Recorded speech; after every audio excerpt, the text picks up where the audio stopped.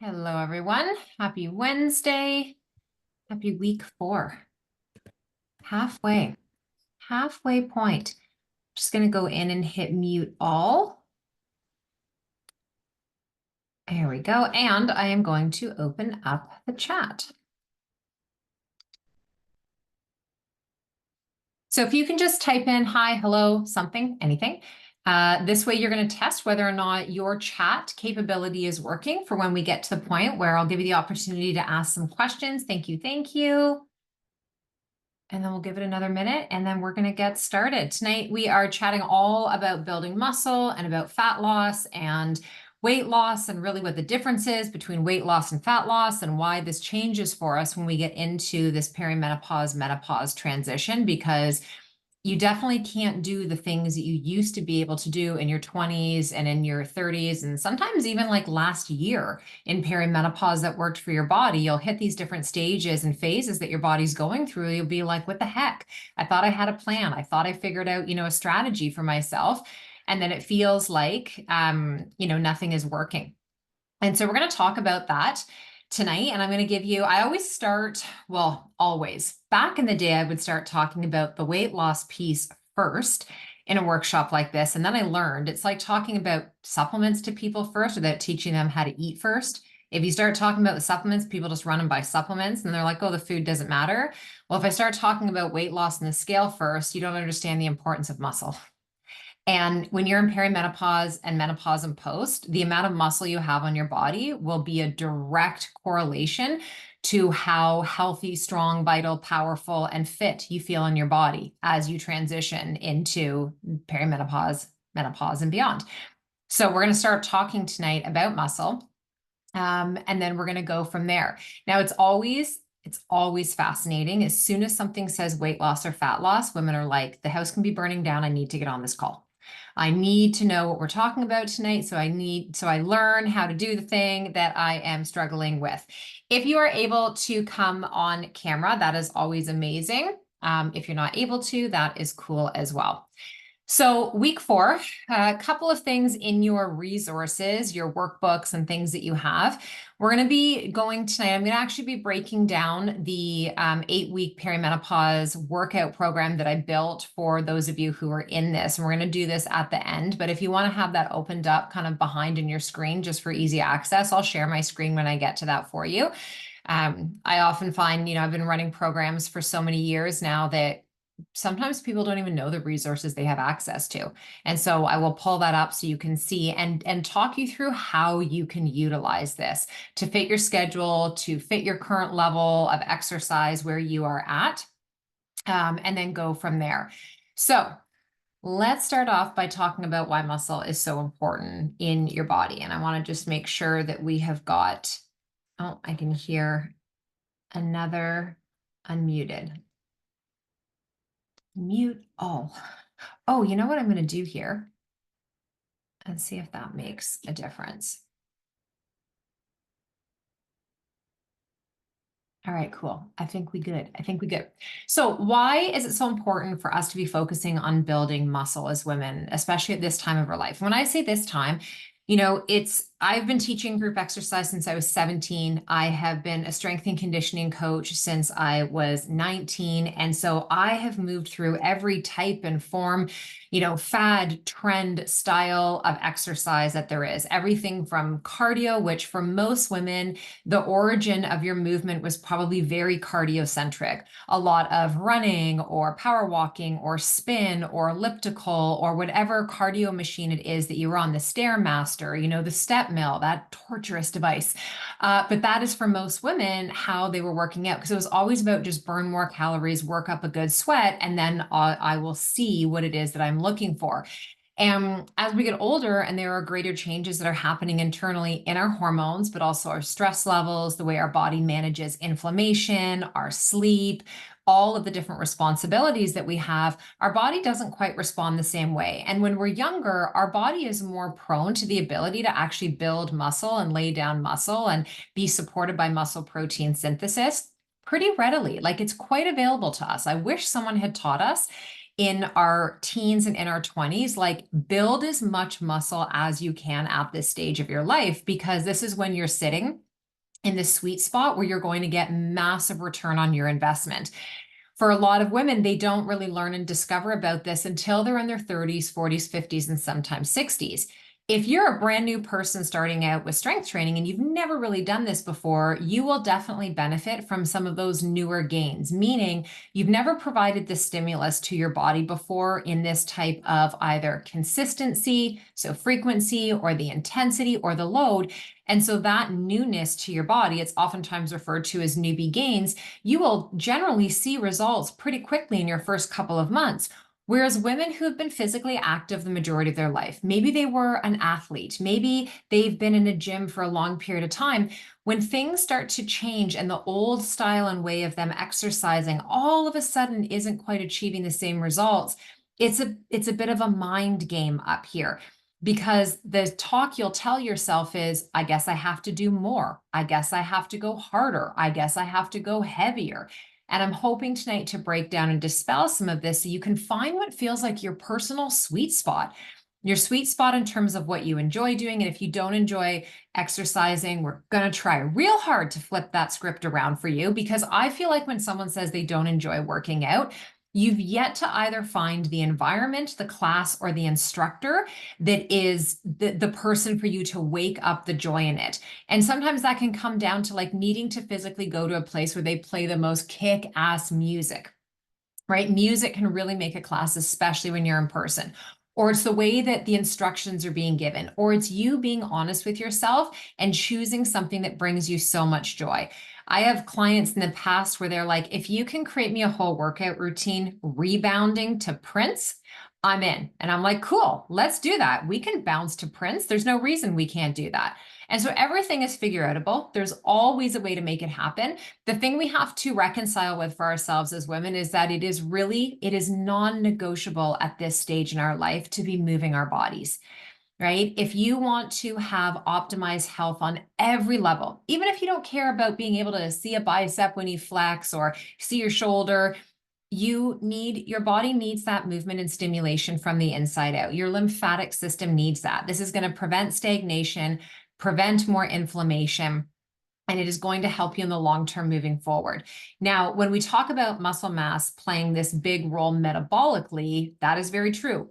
Muscle tissue is burning more than fat, even at rest. So there is something that's referred to as EPOC, which is your exercise post-oxygen consumption. So when you go and do a strength training workout, when you go and do a workout where your heart rate is increased and you have been physically challenged, you've been physically uncomfortable when you have been performing that thing, you do not just benefit from it in the moment of the workout, you are benefiting from it for hours, 24, sometimes 36 hours later from a dopamine perspective. Endorphins, so energy, your mood is improved. Metabolically, you've stoked that internal fire. You are providing that MPS I talked about, that muscle protein synthesis. So it's like you've given your body the right trigger and the right stimulus. Now we need to go feed our bodies well, hydrate our bodies well, rest our bodies well, and have a level of joy and gratitude for the body that just helped us get through that. So in perimenopause, when we have these changing hormones, and oftentimes what changes our ability to build muscle is not just a decline of testosterone, but it primarily starts in the fact that we have declining estrogen. So it can slow down our metabolic fire. It's not really that our metabolism slows down, it's that we become less muscled and a little bit more marbled. We have a propensity as women to actually lay down more adiposity, which is adipose tissue, which is our fat tissue, than muscle. So we have to actually work to build and preserve that muscle tissue. So this will help you if your goal is you want to feel fit and you want to see some definition and you still want to wear clothing that you feel comfortable in. I really do recommend making resistance and strength training a part of your schedule. When we get to me breaking down the 8 weeks that I put together for you inside of this program, I'll talk about, those of you that maybe you're recovering from a little bit of fatigue or some burnout, and you just don't feel like you have it in it, or you have it in you to do this, versus, others where it's like, I have to talk women off the ledge sometimes from not continually doing more. I have some women who in this program where you've reached out and you're like, I'm doing a 5-day split from my trainer. Can I add these videos on top? And I'm like, you may not. You may not do that. And I'll explain to you why when we get to that part. But the other thing I want to remind you of is that so many women talk about the risk of osteoporosis when they come into menopause and postmenopause, okay? Do you know that number one that you can do for your body that'll help your bone strength is to walk? That is load bearing. So getting out and getting your walking in, it doesn't have to be anything with impact like running or anything like that. Just getting out and walking, incredible for your bones. And as we lose estrogen in this period of time, estrogen supports our bone density. So it's not just about getting in minerals like calcium and magnesium and vitamin D. All those things are going to help from our food, and supplementing with magnesium and D, really important. But we need that load bearing exercise to build our bone health. So I'm always thinking about this, even when I'm teaching yoga, or I'm teaching Pilates, or I'm teaching anything I'm teaching, I am always thinking to myself, how can I teach these human bodies in front of me to move in a way where they are connecting to the load that they are carrying? So, like in downward facing dog, you're not just hanging out there. You are engaging and supporting. Standing forward fold. It's one of my pet peeves, but it's cool and people can teach it properly. And people say just ragdoll. You're just like letting your body drop and hang. My brain is like, oh my gosh, we could be doing this with a more efficient tone to it by engaging in a different way that we're not creating that impact or that swinging to the body. The third reason why building muscle is so important for all of you is it is improving your insulin sensitivity. So if you have a lot of cravings, if you find like you have more cravings now than you ever have before in your life, you can't manage intaking starches or, things like pastas and grains and, the odd cookie here or there or dessert and things like that without feeling tired, like literally exhausted after. And you feel like your body is getting puffier, like you're laying down a kind of weight that feels very inflammatory. Managing your insulin is going to be a huge part of this. And so obviously we want to have a healthy diet that is more protein forward, and we have healthy sources of carbohydrates that are rich in fiber, and we fill out the rest with some healthy fats.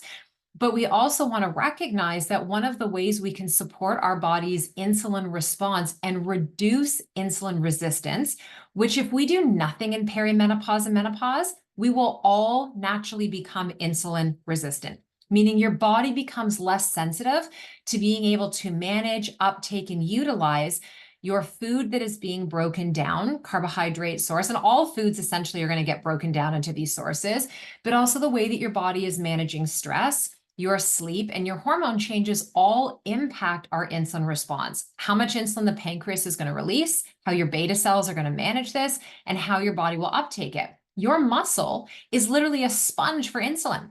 So the more muscle you have on your body becomes this metabolic machine at being able to manage your insulin levels. So that should be another motivating factor for you. If you've worked with someone and they've had you wear a continuous glucose monitor, or you've worked with your doctor or your naturopath and practitioner, and they've said, I'm a little concerned about your fasting glucose levels or your fasting insulin or your HbA1c, before ever talking about something like medication, like metformin or using insulin, we want to recognize and get in front of this. We want to get you doing load-bearing exercise. And then we can also use things like potentially berberine, myoinositol, increasing your fiber to help that. But strength training and resistance training should definitely be a part of that insulin sensitivity protocol. The other thing we need to think about as women is sarcopenia.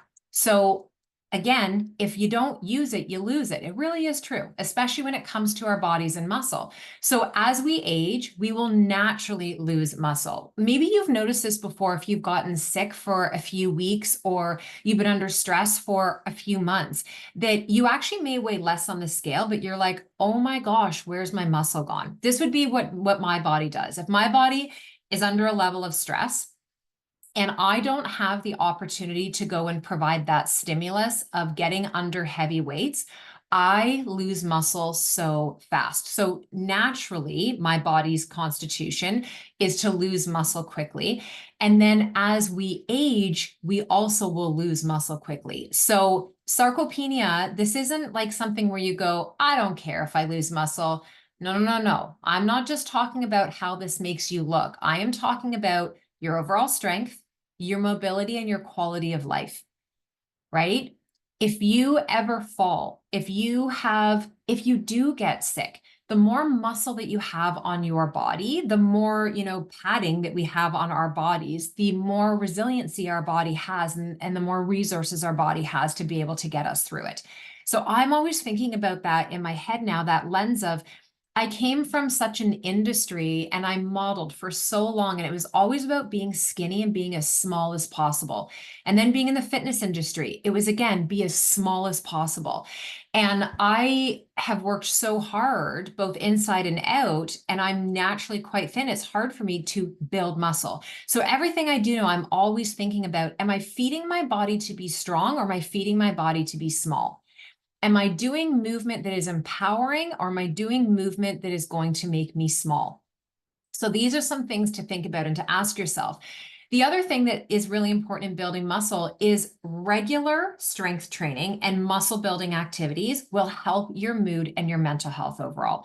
Obviously, we know that doing those things help to release endorphins, but because of the hormone fluctuations that you are going through in perimenopause, the very act of carving out time for yourself and doing something where you are actually co-participating in your health and your overall vitality, you are not just tapping into endorphins, you're tapping into dopamine, you're tapping into serotonin, which is the precursor to dopamine.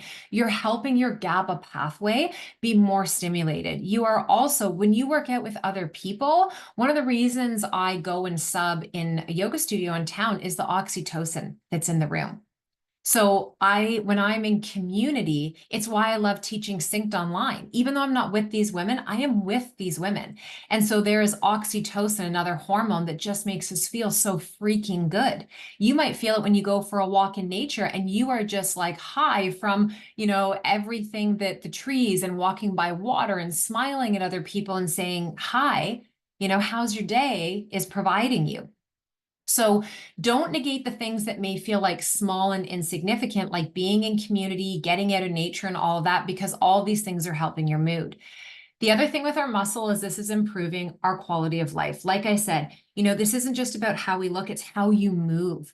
So if your whole focus has been about being more flexible, I want you to focus on being more mobile, have better mobility, have better balance. Like, how is your balance? If I were to have you do things standing on one leg, I taught a class this morning where I tucked a little gorgeous ball underneath the ladies' back bodies and had them doing things, and they were all like, whoa, like all over the place. And it's fun to do it, but also we're firing new neural pathways. It's supporting our posture. This is going to reduce your risk of injury and your risk of falling. You're going to catch yourself before it's too late. And so, I think this is important because I want to be an independent woman as I age. Not like I don't want to be with my husband or be with people, but I want to feel independent and like my own resiliency and my own strength. And, I'm not opposed to asking for help, but I also want to feel like I got this. And to me, having muscle and being strong is part of that. And then the final piece here that I'll loop it back around with is that hormonal support. So when you're doing appropriate resistance training and appropriate muscle building, and I'm emphasizing this word appropriate because this is not about killing yourself for 60 to 90 minutes. This is not about training 7 days a week. This isn't about doing double workouts in a day and doing your strength training and then doing some hard cardio session or HIIT training. Appropriate is going to be different for everybody, but it's enough that you're creating this eustress. So when we work out, it is a stressor to the body. There's a hermetic stress that happens that is tearing down muscle tissue, that is creating discomfort, and that is providing an opportunity for the body to go in and to now heal and repair and rebuild. This actually helps your body to regulate hormones like cortisol and your growth hormone. And so these are critical not only in like managing stress, but also maintaining healthy tissue. When we have cortisol that is way too high, cortisol is very catabolic. It consumes, it breaks down. And when it's out of whack, it's pro-inflammatory. When we have enough muscle and we are doing an appropriate amount of working out and nourishing our bodies, we titrate our body's cortisol response so that if we do have a stressful period, we have enough new patterns and habits in our life that we're going to mitigate our body really breaking itself down. When we strength training and when we do things to build muscle and we have balanced blood sugar and we get sleep, this is anabolic. This is helping us to build and to support. So I really believe, for us as women, that building and maintaining muscle in perimenopause, it's not just about the physical strength, it's your long-term health. It's long-term mobility. It's long-term connection to your body so that you can feel empowered through the whole transition. So it's why I am so passionate about teaching women how to move their bodies, because it's like teaching you everything intellectually, like from a cerebral perspective of what you're listening to me say right now is one piece. But then you taking what you're hearing and now going and putting it into practicality is a whole nother level. And that's the part that the movement takes. So think about this for yourself of if you're not already in a habit of moving your body and exercising regularly, like what would have to change in your life in order for that to happen? And sometimes the better quality question, because I always believe the best answer for the individual is one better quality question away from the one we're asking right now, is who would you have to be in order for this to become a priority? And sometimes we'll hear that and we're like, a different person. Or we'll think, well, what would have to happen in order for this to be possible? And we're like, live by myself, quit my job. But that's not actually the answer. That's not actually the answer. So if the response is, I need more time in the day, then what we have to look at, Christine, is what is your day already full of? And where can we grab, instead of thinking we have to have 60 minutes, where can we own and grab these micro minutes, these micro moments, right? Like we think that we have to have this massive chunk of time. And this was one of the reasons I designed Synced the way that I did, was most of them are 35-minute classes. Because if we can't find 35 minutes in a day for ourselves, there's a bigger conversation that needs to be had. Right? So it's like we have to look at our calendar and scrub it. And I am scrubbing my calendar relentlessly. I am always like, where am I not seeing the pockets? I was with my girlfriends. They flew in from Ontario for 5 days and we were all together and we're all in the health industry. We've all written books. We've all been on national TV. We all have podcasts. We're all doing the thing in terms of health. And I'm going to tell you, we're all having conversations about the same stuff. And one of the questions we asked ourselves is, what could we do with 30 additional minutes a day that was not spent on our phone, that was not spent in an email inbox where there literally weren't things on fire we had to attend to, that wasn't spent in interjecting ourselves into something that really doesn't require our attention and our help, that wasn't spent micromanaging our kids or our partner or anything else going on? Could we actually find 30 additional minutes in the day? And the answer for everyone was yes. And we actually went in and did this as an activity and found the extra 30 minutes. And it was like, okay, so then what would we do with the 30 minutes? Because we all already exercise, but there's things that, so for us, it was a different thing. It was like, well, could I meditate? Could I actually go in the sauna that I own? Could I sit in front of the red light? Could I like lie down on the ground and just breathe for 30 minutes? Whatever that thing is. So the biggest part for this is, again, you can't just get off this call and be like, okay, I'm supposed to exercise. I'm going to wait for my calendar to open up. I'm going to wait for the opportunity to present itself. You're going to have to really go and look at it and then own that. So I own my workout slots in my calendar. And the very first thing that goes in my weekly, monthly calendar, and for me, I do it based on my cycle, and I'll explain in a second if you're like, I do not have a regular cycle, is I go on the calendar first before anyone or anything else. And the reason I do that is because number one, movement is how I come home to my body. It is where I talk to her, moving my body. So if I know that to be true, and that is one of my highest core values for me, if I say my health is one of my highest core values, I need to see that mirrored back to me in my calendar. And that is not an appointment that gets moved. So I put it at a time where I'm not going to be needed by a lot of people. Mine's in the morning. People are still sleeping. The house is sleeping. My phone does not come with me. That is my time. You want to know one of the other reasons why I keep teaching fitness? Because 4 days a week, I know I'm going to get my workout in because I have told other people I will be there. So ask yourself what would have to happen in order for that to be true for you. And if you find that every time you schedule it in, something else gets in there, you need to boundary up and also ask for accountability partners in your life. Right. So I remember like when my kids were little and I would just do these like mommy quickie work it circuits. Like this is what I was call it. And I would just say to the kids, like, mommy has to move her body. And they would just be around me and it would be annoying sometimes. They'd be over me, under me, all around. But guess what those kids learned how to do? Create and take time for themselves. And I would say to the kids, like, even if I used to run a lot and I don't do that anymore, but like, I have to go out and train and do my run and do all those things. And so, and I would sometimes even say, keep me accountable. Ask mommy today, did you go and do the thing? Right. And to my partner, my husband as well, too, I'd be like, here's my goal. This is what I want to do. I need you to help me stay accountable to this. Or girlfriends, a trainer, whoever it is. But if you're finding it challenging to be accountable to yourself, try and figure out a system and a strategy where you have someone else that you can be like checking in with, right? Or go link arms with the person who has already gotten themselves on that path and on that journey.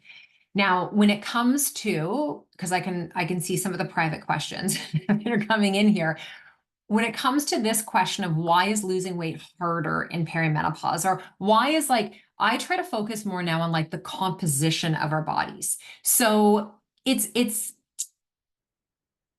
I could teach women how to drop pounds on the scale, but am I going to do that in a way where I'm risking them just weighing less and maybe losing quite a bit of muscle mass in order to just be a certain number on the scale? I'd way rather focus on teaching them how to actually sculpt and build the body that they're after, as well as the strength and the habits. And this is the tricky thing is like, it is the habits. So even when it comes to our workouts, you could go and do a 1 hour solid workout, but then sit for the rest of the day. And in our mind, we're like, I'm active, I work out every day. But in reality, if you work out and move 1 hour a day and sit the rest, you actually live a sedentary lifestyle. Your lifestyle is not the thing you do every once in a while or for a moment or for an hour. Your lifestyle is the majority of how you live your life. And this is one of the things that happens for us as women as well is if you look back maybe to when you were younger in that, you're probably a lot busier, a lot more in motion, especially if you had like a young family, like you're just like go, go, go, go all the time. And maybe you're still in that season of life. So for some of us, it's literally that our lifestyle changes, the habits and the things that we used to do. And for some of us, like I run a company where I teach this for a living. If all I did was teach my synced class and sit at this computer, I know exactly how many steps I would log in a day because I've tracked it before. It's about 3,500. So I've taught a class, I've worked out, check. And then I've plugged myself into supporting my company and building my business. And I can get to the end of the day and do 3,500 steps when my personal goal is between 8 and 12,000. And the average amount of steps for someone to be healthy is typically anywhere from 6 to 10,000, which would mean I'm doing less than 50% of what my body needs. Does that make sense how I'm explaining that? So, it's like, and again, the stolen moment. So if I have to walk down to the mailbox, which is literally like 90 seconds, if I can walk down to the mailbox, why can't I walk 10 minutes past the mailbox, back to the mailbox, then to the house? Now I've gotten 20 minutes in. Sometimes, again, we put ourselves on loop and we don't realize, can you just walk 5 minutes away, turn around, walk 5 minutes back? Roughly for every 10 minutes, you're going to get 1,000 steps. So thinking about it in that way as well, too. What about your strength training? Can you set a timer for 10 minutes and every minute do a different exercise? Squat for 1 minute, lunge on one leg for a minute, another leg for the other minute, do a push-up for a minute or try to. Hold plank for 1 minute, do some bicep curls for a minute, all those different things. Wondering if my hormone shifts is a reason for low drive to exercise. I'm not going to say, oh, no, you're not making excuses. Here's what I would say. Yes, and. So 100%, when we have a decline in our hormones, this, like I was saying, this impacts our mental health and our mood. So we're literally like, I do not have the energy. And what happens for a lot of us is we go through a time in our life where our adrenals are pumping out cortisol like readily available. And when we're in this higher cortisol part of our life, it actually feels good. Cortisol is like a very healthy, positive hormone when we need it and it comes onto the scene. So we're like, I love this pace. I got it. I'm good. And we can stack and add things on. When we start to get to more of where things are on the decline and we're feeling a little bit more deficient in multiple areas, like nutrients are deficient, energy is deficient, cortisol is starting to, tiptoe down the other side of things. This is now when we're like, I don't give a shit. Like we go from being overproductive to being apathetic. I do not care. So even though I know I should be doing this, we're just like, I can't. And so this is when, if you're in this state, this is when I would say it's like, where can you find that accountability? Is there somewhere in the community where you can go and register, prepay for classes where it's like you've now made the investment, you got skin in the game, you've got to show up? Can you hire a trainer if that's possible? Could they come into your house? Is there a girlfriend or somebody you see walking around the neighborhood? Like, I want us to start to become solution oriented, not what can happen so often, which is we create a problem for every solution. So it's like we could hear 100 different ideas of what we could do, and we can come up with a reason for every 100 solutions as to why that wouldn't be possible. So again, it's like that mindset shift, and it's really hard when we're in that dip energetically. And so when I work with a lot of women who have like adrenal, like the tank is like they are on the floor. I am not saying like, let's go do 4 strength training workouts a week. I'm like, okay, describe to me in detail how it is you're feeling. Can we get you to start doing legs up the wall? If I send you a 10-minute series, can I get you to start to do that? Could you go walk to the mailbox and back? Can we start to just get into this habit, this ritual, and this routine? And so we have to also shrink our expectations and meet ourselves where we're at. So we're all very rich to be able to say this. Oh, I meet myself where I'm at, or I, this and that. But the reality is most of us are not. We say we're going to do that. And what we do is we meet ourselves where we were 10 years ago. We approach ourselves and our desire to want to change our body with the mentality of the end goal. Well, the end goal may be further away for some women than it is for others. Meaning you may have to actually start in a place where you are really just like kind of rehabilitating yourself. This is why I love Pilates. It is low to the ground. You don't even have to stand up in majority of Pilates classes. You literally are on your back to your side, on your stomach to your back. You might kneel.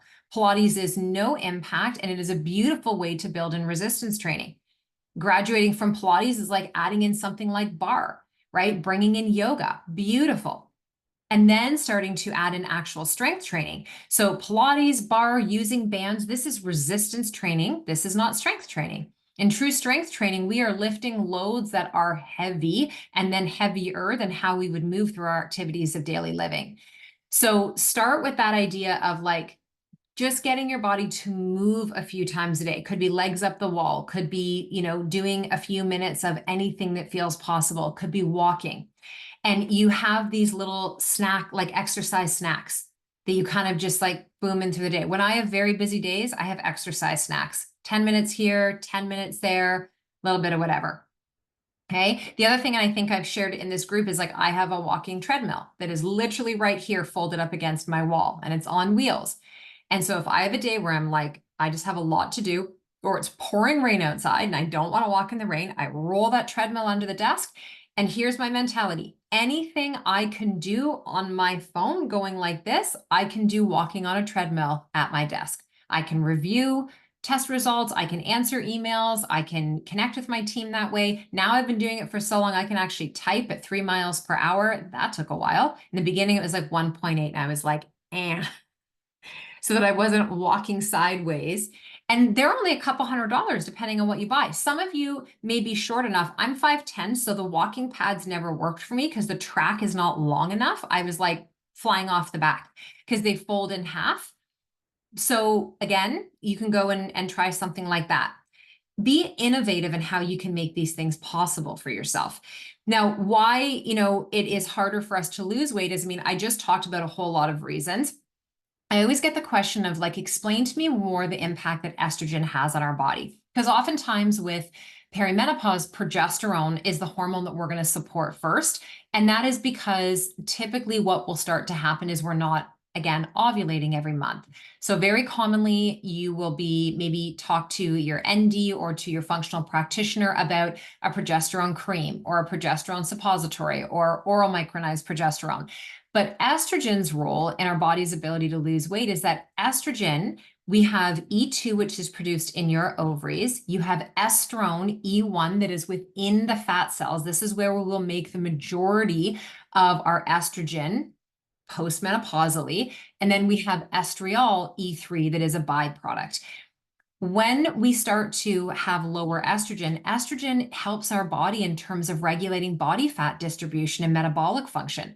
So as those estrogen levels decline, our body tends to store more fat, especially in the abdomen. So maybe you're someone who never used to hold on to belly weight, and now you're like, what the heck is this that is going on? And we think, I need to do more abs. I need to cut carbs. I need to go into a caloric deficit. And oftentimes that doesn't work long term. It might work in the beginning, but it typically doesn't work long term. What would support that, if you were noticing the declining estrogen and you were starting to notice that around your waist, is save the energy of the crunches that you're doing and start to do full body strength training, right? Like full body strength training 2 or 3 times a week for even 30, 35 minutes is going to have way more results than lying on the ground and doing a 10-minute crunch series. Right? Realigning and strategizing your nutrition. So we've given you lots of guidance and options inside the program here. We have a macro guide as well, so you can start to understand that. You can also book a one-to-one macro session with Christine, and she can customize your macros for you. There's a lot of different solutions and strategies as how you can start to really dial this in. But at the end of the day, that decline in estrogen is making it easier to gain fat and harder to lose weight. So this is why our body requires a shift as we move into this time of our life. The other thing that's really important to note is that if you have any gut health issues going on, we talked about this in last week's when we were reviewing some of the stool tests. If you have a lot of digestive inflammation that's happening, if you are constipated, if you have reflux, if you have an overgrowth of any bacteria, if there's parasites, anything like that, that's all, everything I just said, categorize that as inflammation. So when there's inflammation in the body, your body has to prioritize healing. Your body is not going to say, oh, no problem. Sam's body has inflammation going on, but she also wants to lose weight. I'm just going to put a pin in the inflammation over here, and I'm going to go and utilize my resources to help her build some muscle and help her drop some body weight. That's not how the body works. The body has a hierarchy of priority. And the body will be like, I understand. I can hear you. I hear you every day. I hear you every day. Tell me, just lose weight. Your body's like, got it, received it. Also, I have like a whole situation happening over here where I'm trying to like keep you alive and keep your brain functioning so you can thrive and like go to that thing that's called a job and take care of your family. So this is how your body will work. It's like in a woman's body where we have to actually feel safe to ovulate. Our body has to feel safe to have proper adrenal function. Our body has to feel safe in order for our thyroid to function optimally. Our digestive system has to be in a position of not only breaking down the food that we consume well, but assimilating all the nutrients into our body. You know, the fact that there are more and more people who have to have IV nutrients put into their body now, I find concerning. I'm grateful we have IV therapy because it is a very quick gateway for people to be able to get the nourishment in their body. But a big question we have to be asking is, why do we need that? What has happened along the way of the integrity of our food and the stress on our bodies and the load in our buckets, where we now have to go and get injections of these nutrients that we once used to be able to derive simply from a healthy diet? And so if your body is always feeling like you're kind of one step away from your reserves being depleted, I would really do a deep dive into what's going on with your digestive health, because we can eat food that is the healthiest on the plate, but if once we ingest it, our body is really struggling to break it down, then are we getting all the nutrients in, or are we paying for expensive pee and poo? It's the same way I feel with overdoing it with the supplements, right? So, you know, I was giving this example to a woman the other day, actually on Friday in a yoga class I was teaching. And she was like, you know, you say all these things in class about like the body being in balance or out of balance. She's like, I don't feel like I know if my body was. And I was like, I get that. I understand it. I said, but imagine if you're driving your car and your alignment is out and you're feeling the car pull to one side. or you can tell that something is like out, like it's not quite calibrated. You would notice that and you wouldn't just keep driving in that vehicle that's out of alignment because your brain would go, that's not safe, that's not right. And you would go and get it checked out. The problem is the same thing like if your check engine light on in your car is on for too long and there's things like blinking at you, you're like, oh shoot, I need, but your body is doing that every day. And we go, I don't have time, not now, another time, I don't need it, not important for other people, not for me. And yet our body is literally out of alignment, pulling us, and we're not connecting to that. Part of this is us being able to slow down and like really listening. And sometimes it's scary, and that's why we don't want to listen. So we're like, dum-da-dum, la la la la, like I'll just keep going on because I don't want to have to deal with that thing. And I get that too, but your body is really wise. And as a woman, you are literally living in the wisest body that has ever been created, who is like not just wise, but brilliant. And your brilliant, wise body will always figure out a way to get your attention, whether you want it or not. So the choice we have is we either get to play a role in this, we get to build a partnership, a relationship with our body, or our body tells us what we have to do. And so I'm trying to get you to this point where you like meet yourself halfway and you don't have to drive around with the engine light on forever. Okay, so go pick up some weights. That's how I was trying to say that. Just like go lift some weights. Go do the thing. The other thing that we had talked about in terms of why it's harder to lose weight is that if you are losing, that muscle mass, that metabolic activity is decreasing. And I want you to know something too. When you're building muscle, the scale will probably stay the same or you may increase weight because muscle is heavier than fat and that can freak women out. And this is why when we work with women inside of Recomp in a program that Christine in the company runs, or when she's doing macro coaching, we do not, like the scale is the last thing we're looking at. We do pictures, we do measurements. Sometimes we'll do body fat if you have access to getting an in-body scan, because those are the metrics that will teach you the most about your body. And it's wild because we look at ourselves every day and we won't see the change. If you start taking photos every 2 weeks, wearing the same thing in the same position and do that, it is unbelievable to see all of the subtle changes that are happening little by little by little. And then you look at the end of like an 8-week, 10-week, 12-week, 8-month journey, and you're like, wow, I never would have noticed that if I just looked at myself standing forward every day. So it's something to think about as well. The other thing that can impact our body's ability to lose weight is that we have fluctuating hunger and satiation hormones. So again, we've talked about blood sugar and the role of insulin, but we also have ghrelin, which is your hunger hormone. So when your stomach starts to growl, when you start to feel like, oh, like I need to go and eat something, that is the hormone ghrelin.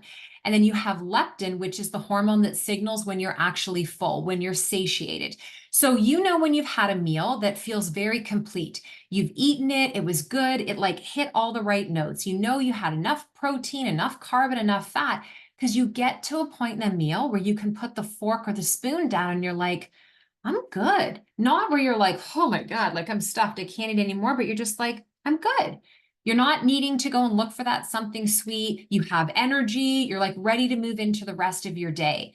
That's a really awesome sign of those two satiation or those two hunger satiation hormones, the relationship with leptin and ghrelin. And here's the thing I'm going to teach you. For anyone, this is like a little clinical pearl.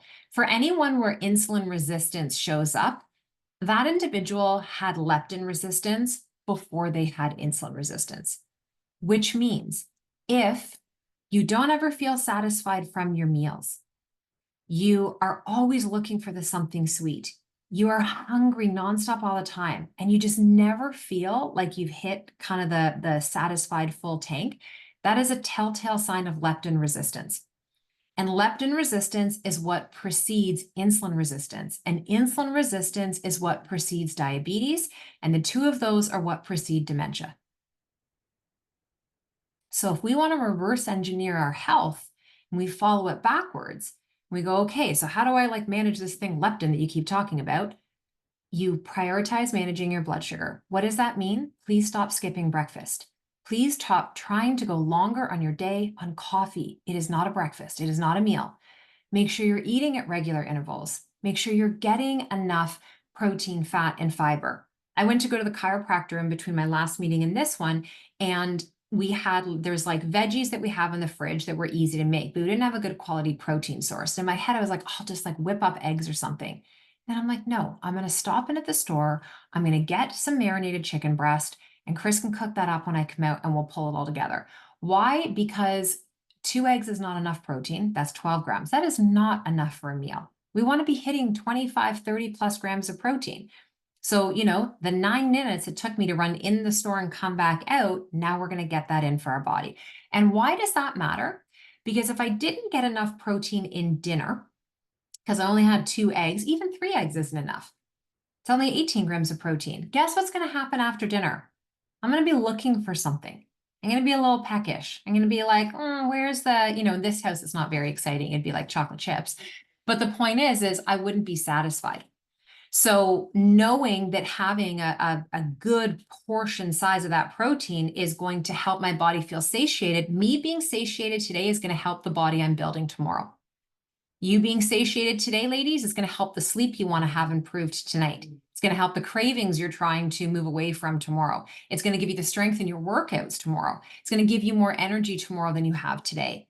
My opinion on intermittent fasting is an annoying response, which is it depends. However, because there's so many different types of how you can do intermittent fasting. What I'm not a fan of is women following the 16/8 methodology. Okay, so if you listen to Dr. Jason Fung, who wrote the obesity code, there is one way of fasting. Well, he talks about a few different, OMAD, which is 1 meal a day. There's the 16/8. You could do it where you fast for a couple days, then not for a couple days. You can do 24-hour fast, 72-hour fast. Dr. Mindy Pelz also has a book called Fast Like a Girl, which is a much better resource and tool that can describe to you different ways and how you can do this based on where you're at in your cycle, and talks about things like if you're in perimenopause and menopause. Here's my take on this. Most people are not utilizing intermittent fasting for the therapeutic benefit of what it provides, which is not just autophagy, because we can create autophagy many different ways. Fasting is just one way to support autophagy. You know what else supports autophagy? Do you know what else supports autophagy? Really good quality sleep, building muscle, balanced insulin. What I don't like about fasting is for the person who doesn't already have healthy eating habits, and now we give them permission to just eat less. And again, most people who are fasting, they're having some form of a coffee in the morning or caffeine that's giving them the energy to get through. Maybe they're adding butter to it, or they're adding MCT, or they're adding collagen, or they're adding whatever. It'll work for some people for a period of time. It won't work for all. So I find what can work for some women, if they do like intermittent fasting, is fast in accordance to the moon cycle, right? And this is like, if you sort of, without making this super complicated, so if you've never heard of moon cycles, just close your ears and pretend we're not having this conversation, because it may confuse you. But from the new moon until the full moon, okay, this is considered to be like our new moon to the waxing moon is the follicular phase, which would represent from the time that we have our period, okay, until we are starting to build up the uterine lining again and moving towards the full bloom, which is ovulation. That's a more insulin sensitive period of time. Our body does much better managing insulin. That's a good time for most people if they want to incorporate intermittent fasting to do. The latter phase of your cycle, which is when you are in that luteal phase or the waning moon phase, coming in towards that new moon, not the best time for most women. This is when our body requires more nourishment. And especially for the women who just feel rocked coming into their period, the PMS, the migraines, the inflammation, the lack of sleep, the bowel changes. The last thing I personally would have my clients doing coming into their period is fasting. I would have them in a fed state. I would be doubling down on nourishing their body, not taking away. It's the same thing if I'm working with a woman who was, let's say, doing a deficit in her body recomp. I would be more considerate with what that deficit looked like leading into her period, and I would give her refeed days. What does that mean? If she is in a caloric deficit and she's consuming a little bit less calories than what her body would need to maintain right now in order to try to lose weight, I would then be increasing on her refeed days her carbohydrates. Her protein would stay the same and her fat would stay the same, but I would give her more carbs. I would give her a carb up or a refeed for a couple of days leading into her period to support the symptoms that normally would rock her in her period. So I just have a different approach at how I look at things, again, because I'm not looking at things through a linear lens. I'm looking at them from the bigger picture.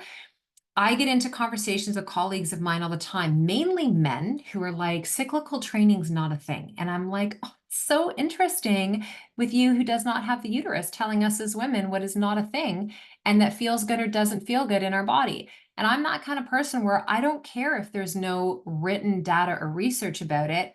I'm like, can we talk to the actual human women who are trying the thing and like having benefits from it? And that would be my same thing around fasting. If it feels good for you right now, stay with it. But please pay attention to your body, because sometimes what we think feels good can all of a sudden turn into low energy, hair falling out, now struggling with your body composition. And that's what I tend to see with women who fast too long. Blood sugar actually becomes less stable over time. Thyroid numbers start to shift. Hair starts to thin and fall out, and libido tanks. And the problem is that if you've been fasting for too long, there is a little bit of a fear of food that comes in. Now, when you try and go and reverse diet somebody and you start to bring in more calories, you start to bring in maybe more carbohydrates and things that they're used to, it takes a while to reestablish that, what feels like a safe relationship with food. Jacqueline, I'll send you the Kairos name here for that. Okay, so let me just come back in here. Oh, okay. The other thing too is that why you would maybe have difficult time losing weight at this point is if your sleep has gone off the rocker. So if you are not getting good quality sleep, and I'm not going to say to you like everyone has to get, 8 or 9 hours of sleep a night. I think what's more important than thinking about the total amount of sleep is the quality of the sleep that you are able to get. So let's say that you are in a phase of life right now where you are waking regularly between 3 and 4 in the morning, or 2 and 4 in the morning. The first thing that I would get you to work on is trying to support that blood sugar in the daytime to hopefully prevent you from waking. The second thing would be bringing in some nourishment in the evening by way of adaptogens. So it could be reishi, or it could be tulsi, which is holy basil, some valerian. Chamomile for some can be really wonderful. Magnesium is always going to be beautiful, not because it's a sedative, but it's a magnesium, or a mineral rather, that is relaxing to the body. Some women do really well with melatonin. I find most people don't. It's not melatonin by itself that makes the difference. It's how we combine melatonin. So I think I talked about this before. There is a product I've used in clinical practice since it came out on the market. I still use it. And it's called Tranquil Sleep by Natural Factors. Bioclinical has the same kind of product, and it's a little bit of melatonin with a little bit of L-theanine and some other things in there. I think there's some GABA in there as well too, or 5-HTP, and they just work to like kind of calm and soothe the body to get you into a better state of sleep. So when we're not sleeping really well, this is going to impact our levels of cortisol. And maybe you're not sleeping because you're having night sweats, right? Maybe you're not sleeping because your partner snores, or you've got kids who are still waking you up, or a pet that, I don't know, has stuff that's going on. This is going to impact your metabolic function, mainly because it's going to increase your main stress hormone. It's going to increase that cortisol. And that is going to have many different impacts in the body. So what can we do to improve our sleep? I am always on this quest of prioritizing sleep. For us at the stage of life we're in, we have teenagers. So it is really hard. I feel like when you have teenagers, it's almost like going back to when you had little ones, because we go to bed before them and they're not quiet. And as a mom, like, I'm not fully asleep until my children are in the house. So there's different reasons as to why you may be waking up. When we talk about things like having the elevated cortisol, whether your cortisol is too high or too low, this can impact how your body holds weight. And so cortisol, it's a beautiful hormone. We don't want to bash cortisol, but it is Goldilocks and the Three Bears.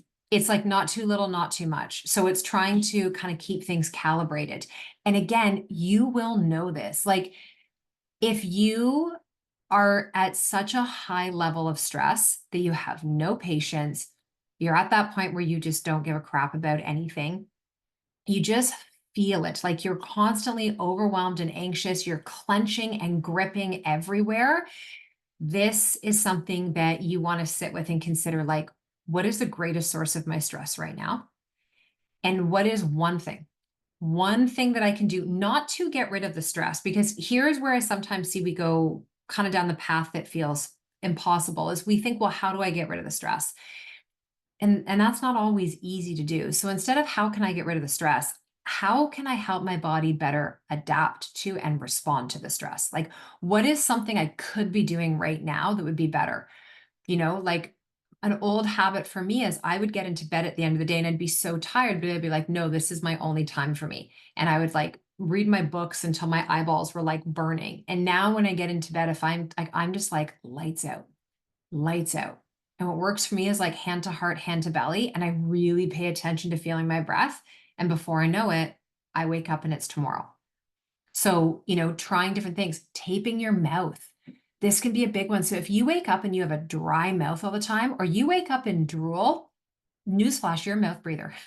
So if you're dry or you're drooly, you breathe through your mouth. And this can have a tremendous impact on your sleep quality and on your cortisol levels. So you can tape your mouth. Now, you don't have to go buy fancy, expensive tape. You can literally go and buy like the Next Care, like the little medical tape that if you had gauze, just to put it over the mouth. Some women, they'll cut it small, so they have little air holes there. Because I know it can be like, at first I was nervous because I was like, what if I can't breathe? And so I would wear it a few times just when I was like sitting at my desk to practice breathing through my nose. And now, oh my goodness, I notice such a difference if I don't. And I go through phases where I did it for a few months straight. And then I literally taught myself how to sleep with my mouth closed. So I didn't wear the tape for a few months. And then I started to notice again, waking up and having such a dry throat. And then I went back to doing the tape, taught myself how to do it. And so you kind of just go in and out of it. So that can make another one. Wearing an eye mask, like all the sleep hygiene things. We think when we close our eyes, we don't see anything. Your eyelids are not opaque. They are actually translucent. You pick up light. And so if your circadian rhythm is so out of whack, this is a big one to work on as well. So natural light when you wake in the morning, and try and decrease your light exposure coming into the evening. Blue blockers are very inexpensive, handy way to do this. But that blue light is artificially stimulating your body. So if you're lying in bed on your phone, on your Kindle, on your iPad, whatever it is, and all you're thinking is, I'm so tired, and praying you sleep tonight, you are actually doing the very habit that will keep you up. Or even if you do fall asleep, because of that blue light exposure prior to bed, it will wake you up at some point in the middle of the night because you will have a rebound with your cortisol. So the rule is 3, 2, 1. In an ideal scenario, 3 hours before bed, no food. 2 hours before bed, no major amounts of fluid. 1 hour before bed, no blue light. And for some of you may want to reverse it, where it's 2 hours, no blue light, 1 hour, no major amounts of fluid. Okay, so thinking about that. So there has been so many studies done. I swear, I think Huberman has done like at least 6 episodes on his podcast about this. Those who have better quality sleep will have a healthier body composition lifelong moving forward. So sleep is a weight loss tool. Not staying up and trying to get more done today than tomorrow. Okay, so prioritizing your sleep, really important. And then the other thing is, like I had said earlier, is just noticing, like, have you decreased your activity levels in a way that maybe you are not recognizing for yourself, right? So just thinking about some of those things. I'm going to share my screen now. You see here, what causes us to sleep all night but not have any deep sleep? Well, okay, so first thing I want to say is, we did not know we weren't having deep sleep until we started wearing devices. So I don't know how much longer I'll keep wearing my Oura Ring. I'm going to say this because here's what I've noticed. How many of you feel like you know if you've had a good sleep when you wake up in the morning or not? Like yes or no? Like when you wake up in the morning, do you know if you had a good sleep? Okay. So I have days where I wake up and I'm like, I had a great sleep. And then I look at my ring and it's like, you slept like shit. Your score is 76 and you got no D. And I'm like, oh my God, I had a bad sleep. But I'm like, I actually didn't. Like, I feel fine. And so I'm just paying attention and realizing. And other times I can think I had a bad sleep and it's like, chasing mountains today, your score is 92. And I'm like, is it? Like, where are you getting that from? Because I don't feel like I slept very good at all. So the whole deep sleep thing, I would focus less on what your ratios of deep sleep to light sleep to REM are. I would focus more on how do you feel when you wake. So if you are waking up feeling exhausted, okay, this is a sign that you want to start to make sure your days are everything that is supportive for getting a better night's sleep. So the blood sugar is balanced, you're moving your body, you're taking some of those core things like adaptogens and magnesium coming into the evening. The secondary thing would be is if your hormones are already so low and you do not have any hormone support, I would be having a conversation with your practitioner to at least start on some progesterone. Typically with progesterone, we're talking about sleep, we're going to be starting with about 100 milligrams on average and anywhere from 100 to 200 milligrams. You will know within your first couple of nights if low progesterone was one of the reasons why you're not sleeping, because you will sleep so much better. There is no progesterone in an IUD. There is progestin. It is not the same thing.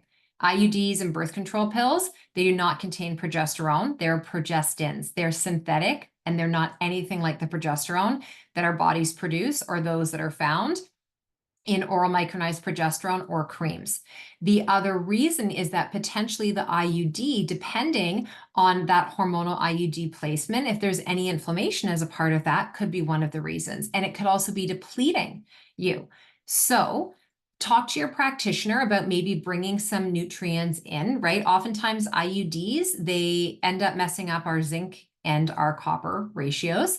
And then talk to your practitioner about actually utilizing true progesterone. And that can make a huge difference with your sleep. Now, if the reason you're not sleeping is because you have hot flashes and night sweats and insomnia, first thing I would say is if you did not watch our replay of the masterclass I hosted, I think it was last week or the week before with St. Francis Herb Farm, we talked all about this and we talked all different products. We have this awesome PDF, like we're actually flipping the whole masterclass into a free like lead magnet for individuals to go and download because it was so potent. And we talked about what if you're not on HRT, or what if you don't want to go on HRT, but you also don't want to be sweating through your sheets every single night? What are the different herbs that you can be using? And so we dropped a ton of information in that masterclass. So what we'll do is I will message Vanessa on my team after this. And when she has it done this week, I'll get her to actually drop it into the Facebook group. So then you can just go and download it from there because it had tons of information. Okay. Any more questions around that? Because yes, you could need a combination of progesterone and estrogen, but if that's not a path that you are interested in looking down, then there's some other options as well too, but we do need to get you sleeping. We do need to get you sleeping. Okay, I'm going to pull up the calendar and show you the workout calendar. So, give me 1 second. Okay, can you all see this? Cool. So this is inside your resources. There's a direct link where you can go and you can download it. All of the workout classes with me are hyperlinked. So if you click on it, it is going to take you directly to YouTube. We're not going to press play, and it's going to take you right into the actual workout that you have that is in there for you to be able to do. Okay. I'm just going to hit close on that and bring us back to the calendar. So this is a 4-week program that you repeat twice for an 8-week series that you can take yourself through.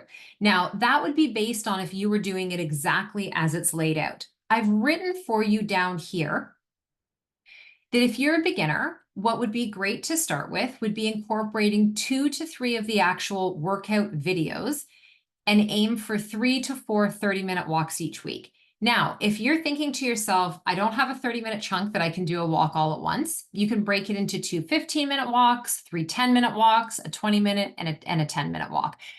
I'm just trying to give you a sample of what this could look like for you. If you're intermediate, it could be 3 to 4 days of the workout videos that are in there and 4 or 5 times a week of walking. And then advanced, you would follow the plan as I've laid it out above, and you would walk daily. Okay. So for me personally, I walk every single day and I strength train 4 times a week.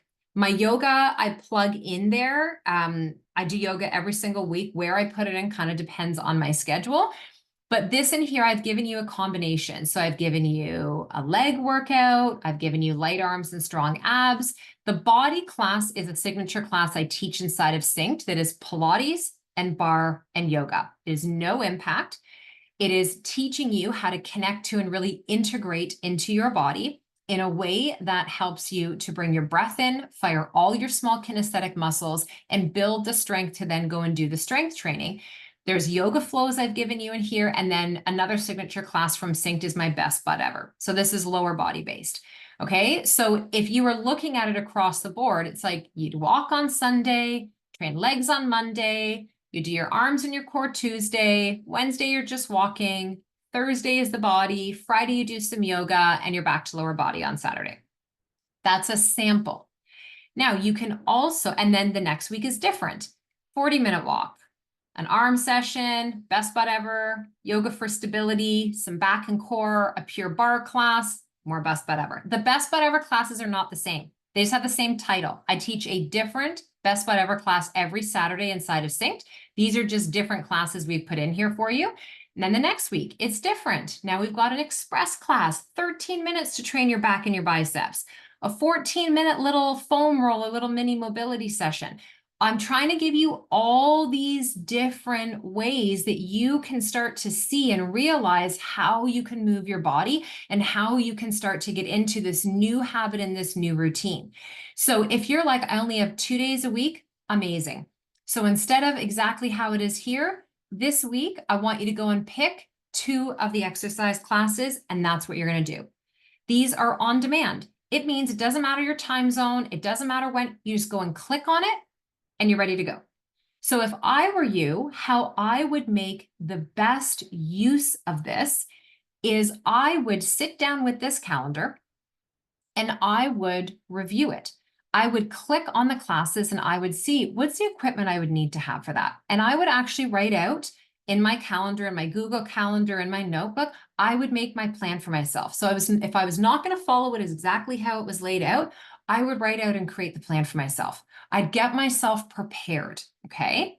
I've not scheduled this program with the moon cycle at all. This is literally just laying it out for you. Chris, it's under your resources, so I'll share my screen with you again here so that you can see.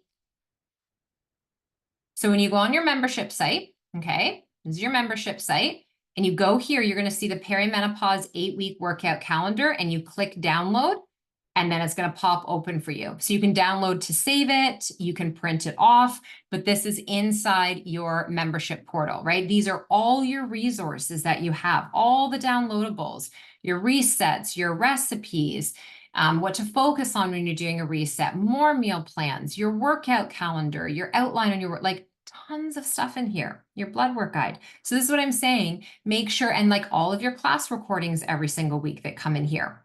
So this you have access to. So if I were you, I would be sitting down with this calendar and I would make a plan. So if you find that what you struggle with is consistency and being organized and structured, take what I've laid out for you. I've literally created a blueprint. Like, ladies, I'm telling you, if you were my private client and you came to me and you said, I am in perimenopause or early menopause, I am struggling to figure out how to work out and train, I would put you into something that pretty much looks like that.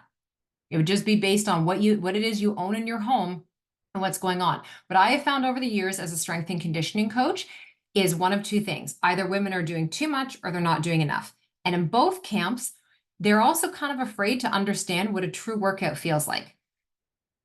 And so if you also allow yourself to be taught by me, and I'm not saying like I'm the cat's ass, but thank you, Brenda. The workouts you've done are fabulous. But I'm going to teach you how to use your body and teach you how to figure out what is enough, right? Like if you're trying to sculpt muscle, you cannot be doing 3 sets of 15 for the rest of your life. You can't, only 10 pounds cannot be your heaviest weight you own. Not when you've been doing this for a while. Like in the beginning, maybe. My ladies in Synced, I'm like, you go and buy yourself the 40s and the 45s and the 50s because that's what we're rowing now. That's what we're goblet squatting. Those of you who have the space for the barbell, go and buy one because that's what we're doing. And don't be afraid. That's not in what I just gave you in that calendar. Okay. You could work with what you've got. But what I'm saying is you have this idea and this goal you're setting for yourself that's all the way over here, but you're not doing the things today to create the building steps to get yourself over there. And then in the next breath, you're pissed off because you're not getting the results. 10-pound dumbbells are not going to build you jacked arms. They're just not. I don't care how many reps you do. And it's not the same stimulus. So when you think about this as well, you are so much stronger than you realize. You are carrying grocery bags that are heavier than the weights you are lifting in your workouts. You are carrying a load in your life that is heavier than what you are allowing yourself to push and pull. So you need to be safe. Form is always the queen for everything, but please do not prevent yourself from exploring moving your body in a way that is 100% going to feel uncomfortable, but then is going to feel so empowering that it becomes a new part of who you are. Okay. How long does it take for adaptogens to work? I like for my clients to take adaptogens for a minimum of 8 weeks to like truly create a rhythm in the body. But for some people, within a couple of nights of taking certain adaptogens. Okay, it really does depend on everyone, but I find it can happen a lot faster than what we would think. Any questions based on the workout calendar? Any questions about anything we have talked about so far? I'm going to open it up for the Q&A now at this point. I'll just sit and wait. Okay. Yeah, if your goal is to drop inches, 100% lifting weights, that's what it's going to help you with. Same thing with Pilates and bar, right? Like those are things that are literally going to like cinch your body in. And that is what we want to be thinking about. Now, the other side of this as well, too, is that you're not going to go and just start to work out and then your body's going to change. It's like aligning the things together. So, eating the food that is nourishing your body, focusing on your lifestyle habits, and then bringing in the workouts that really support that. But, it's like if I said to you, okay, I'm going to give you, 2 goals, the first, or 2 options rather. The first option is you can weigh what you want to weigh, but you may be achy and inflamed every single day. You may not sleep great. You still might have the cravings. And I can't guarantee that if you injure yourself down the road, that your recovery is going to be a smooth one, but we'll get you to weigh what it is you want to weigh. Or if I were to say to you, we're going to take the focus off the scale right now, but we are going to get you the strongest and fittest that you have ever felt and been, with stable blood sugar, improved energy, libido that comes back online, and better quality sleep. What one do you want us to focus on right now? I would really hope it's the second. And what we have to understand is that the weight loss and the fat loss often comes as the secondary response to doing the other stuff. And I, like, again, being in this industry the whole time I have, everyone's always like, why aren't you offering weight loss programs? Why don't you ever market stuff about weight loss? Why aren't you run a fitness program? You run hormone programs. Why do you never make weight loss the focus? And I literally never have in my entire career. I've never run a weight loss challenge. I've never, and my bottom line answer, honestly, is that I have more respect for women and I care about them more than I care about what the scale says, because I understand the long-term impact. And there's enough people out there teaching you how you can lose weight really quickly. And there's medications you can go buy to lose weight really quickly. I'm not interested. I'm just not. What do I recommend to strengthen joints? Load bearing. So get out and walk, swim. Cycling is fantastic for your joints as well, too. And then start to do some resistance training. So Pilates is wonderful because Pilates will teach you how to hug your muscle to the bone. Pilates teaches you all of the smaller kinesthetic movement patterns to build from the inside out. So when you go and do larger movement patterns, you have that stability. And so when we're talking about strengthening joints, right, tendons and ligaments are what are supporting the joints. So part of that tensile structure is we have to actually have resistance in order to get strong. We don't get strong stretching. We get strong strengthening. And then the stretch factor is like stretching and mobility, right? So it's like a tag team approach is really what we want to have. So like when I'm teaching yoga, I don't have you in like long-ended stretch poses, holding and trying to touch our toes for as long as possible. It's like moving in and out of that. So I hope that answers that. You're working with a trainer 2 times a week, one upper body day, one lower. What classes would I not need on the calendar? Well, that would mean if you're already doing one lower body day and one upper body day, take out a lower body training session and take out an upper body training session. And then just, fill the gaps of what you feel like you're not getting with your trainer. I'm already postmenopausal and never did any HRT. My bone density is low, even though I've always lifted weights. Well, the bone density would be low, even though you've done the weights, because of the absence of estrogen.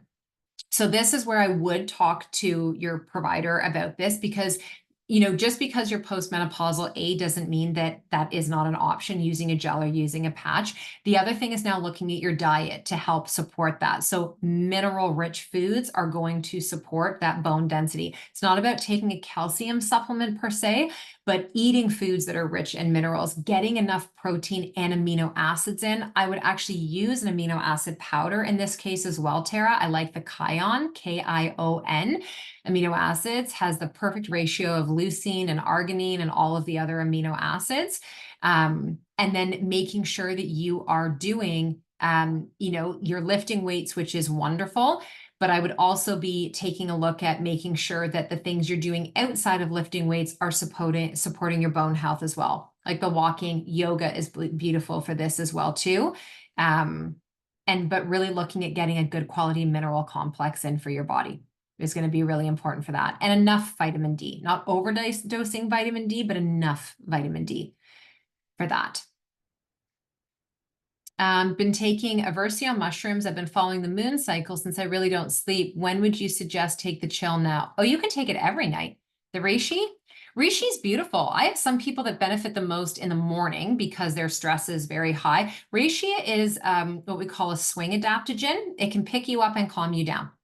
So reishi can help the woman who actually needs a little bit of like rejuvenation. And at the same time, it can also help the woman who needs to calm and cool things down. Same thing with lion's mane, which I have next to me here because it stays on my desk, the Focus Now.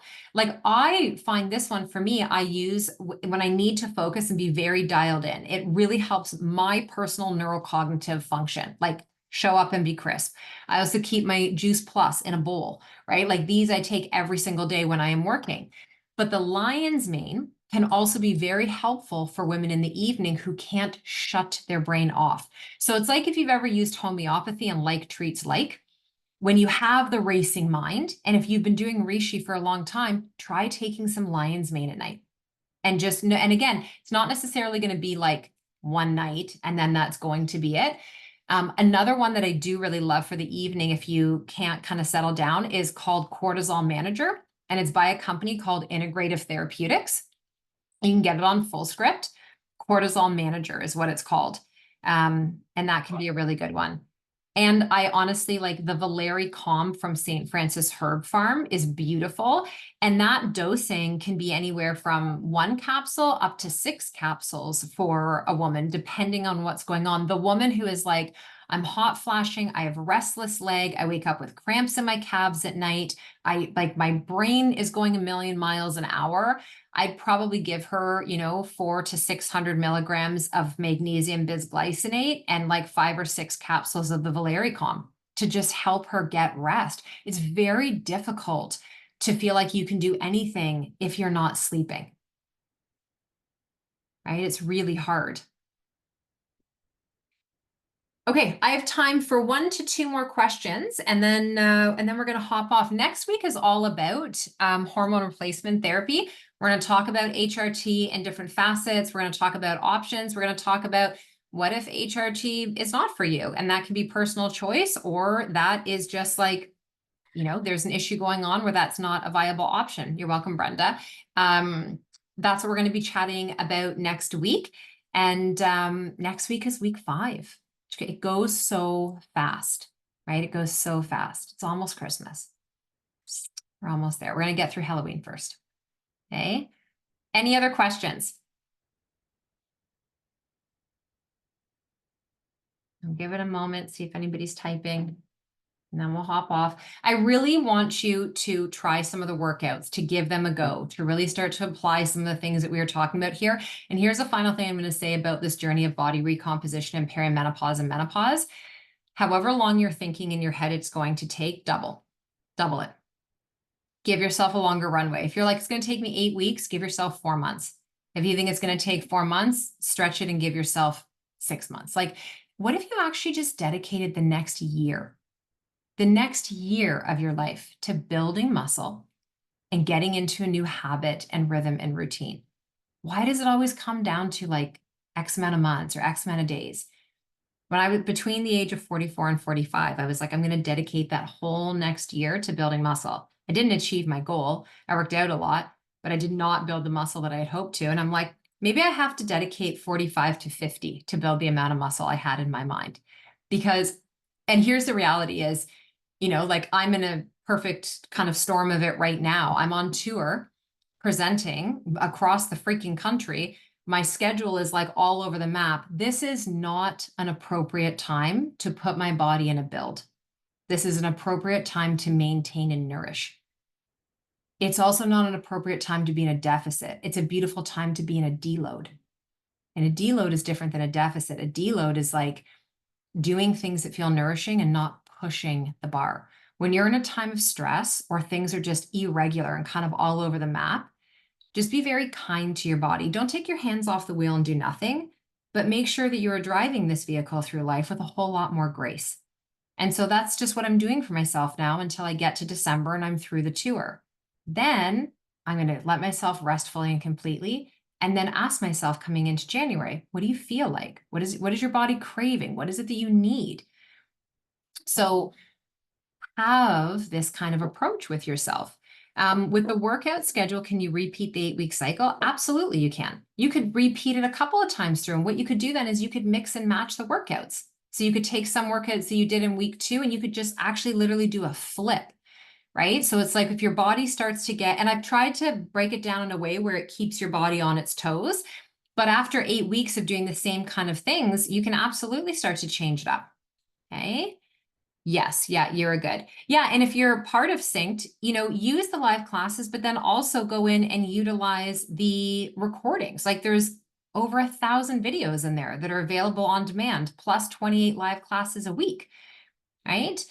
Your workout calendar is amazing. On vacation, I followed it every day. We're on vacation. So fun. Having a bit more trouble figuring out now that I'm home, but very motivating. Well, that's awesome, Mary, and I am happy for you. What is Synced?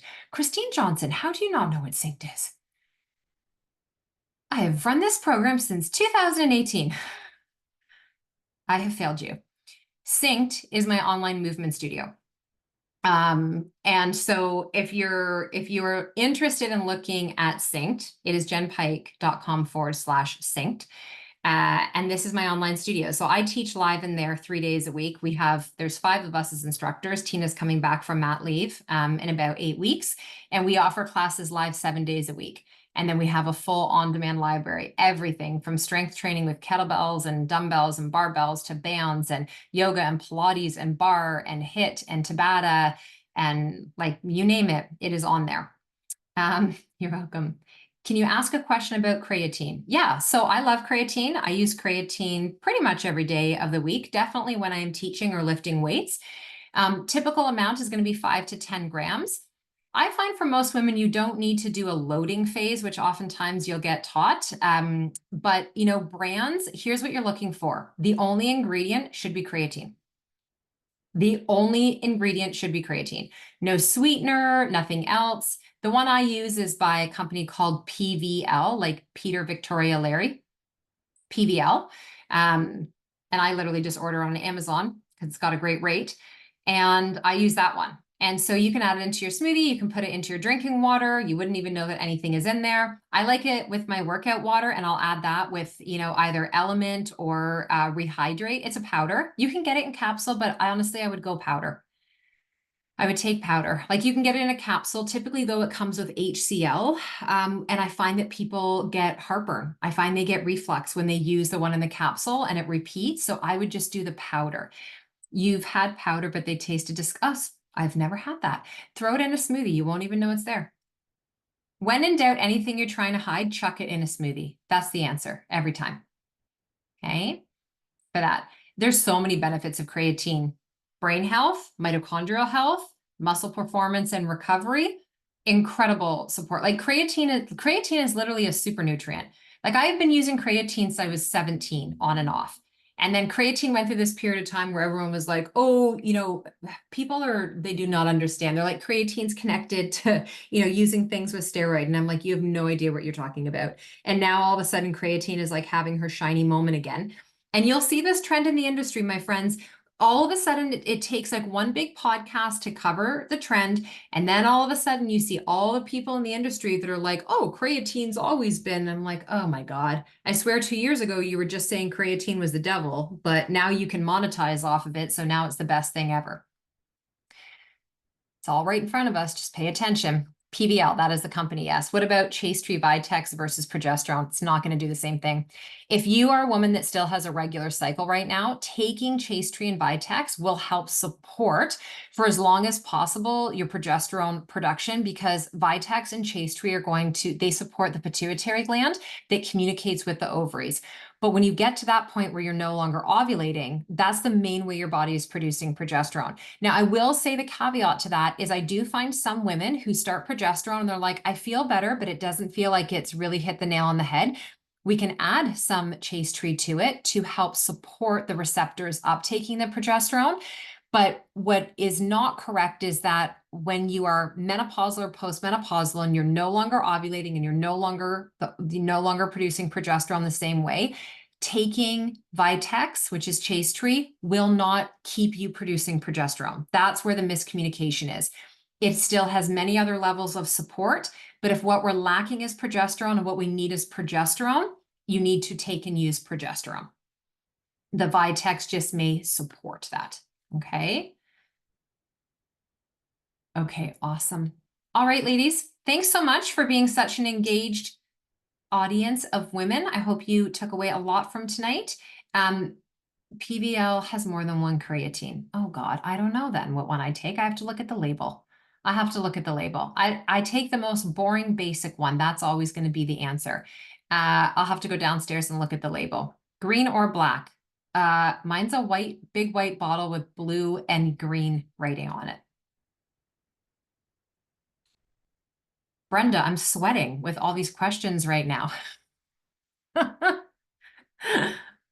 You're welcome. Let me know. I can't see that through here, but I have a white tub with green and blue writing on it, PBL. All right. If you can't find it, just drop a note in Facebook and I will let you know what my label says. All right, ladies, have an amazing rest of your night. I'll see you back here next week. Take care.